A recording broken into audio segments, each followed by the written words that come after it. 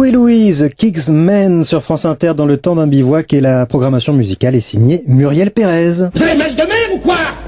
Si ça se sent au lieu, on sera muté à Maubeuge ou aux îles Kerguelen. Vous savez où c'est les îles Kerguelen?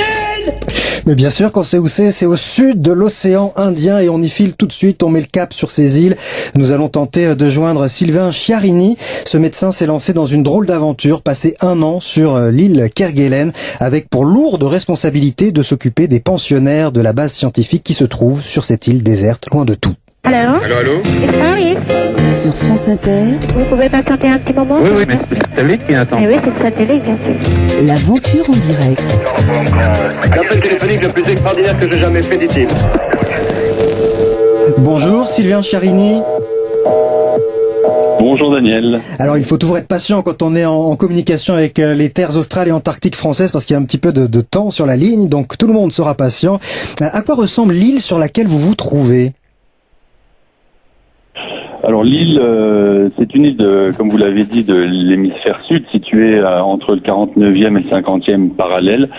C'est une île qui a une superficie à peu près équivalente à celle de la Corse, au contour très déchiqueté, très dentelé, avec des longs bras de mer qui rentrent dans les terres, avec un climat qui est assez rude, même s'il n'y fait pas très froid. Ah oui, il fait pas très froid, mais il neige de temps en temps. Là, vous avez eu de la neige récemment.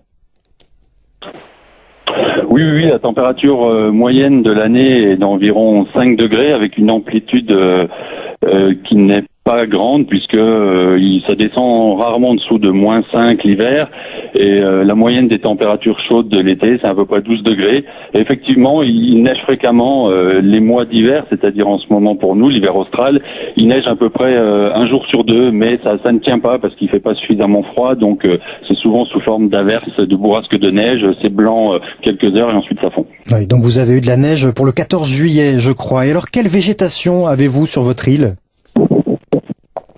Alors c'est une végétation qui est assez rase parce que il y a beaucoup de vent à Kerguelen, il y a quasiment du vent en permanence. Les périodes d'accalmie sont très rares et très courtes. Donc la végétation, c'est une végétation qui ressemble à celle que vous pouvez voir dans les steppes, avec une végétation qui n'est pas très haute. Il n'y a pas d'arbres à Kerguelen par exemple, si ce n'est les 2 arbres que l'on a sur base. Ouais, vous êtes sur Les espèces introduites, ce sont 2 cyprès. Vous êtes sur une île grande comme la Corse, avec en tout et pour tout 2 arbres. C'est beau comme le Petit Prince, votre île. Alors, vous avez la lourde responsabilité de garder en bonne santé les 46 personnes qui se trouvent dans la base scientifique sur cette île déserte. Pourquoi avoir été candidat pour une telle mission ?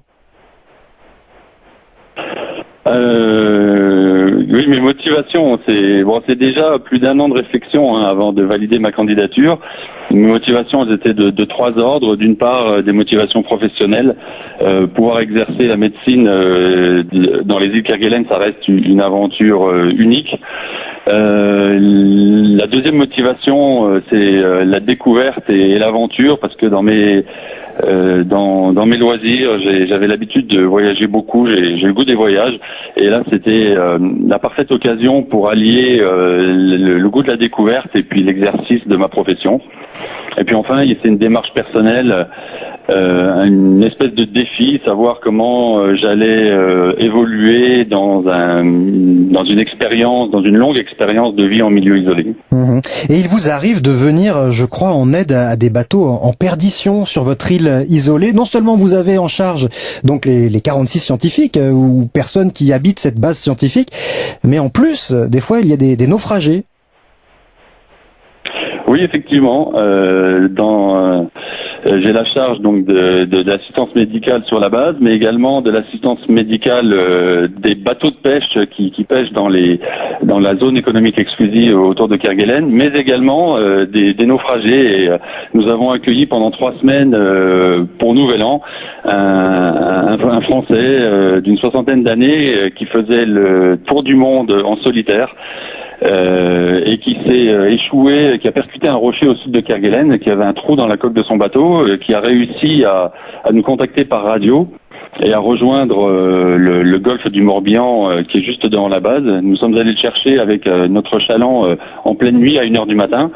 Et nous l'avons rapatrié sur la base et puis ensuite nous l'avons hébergé pendant 3 semaines, le temps qu'il se refasse une santé parce qu'il avait perdu 10 kilos dans l'aventure et puis le temps que son bateau soit réparé.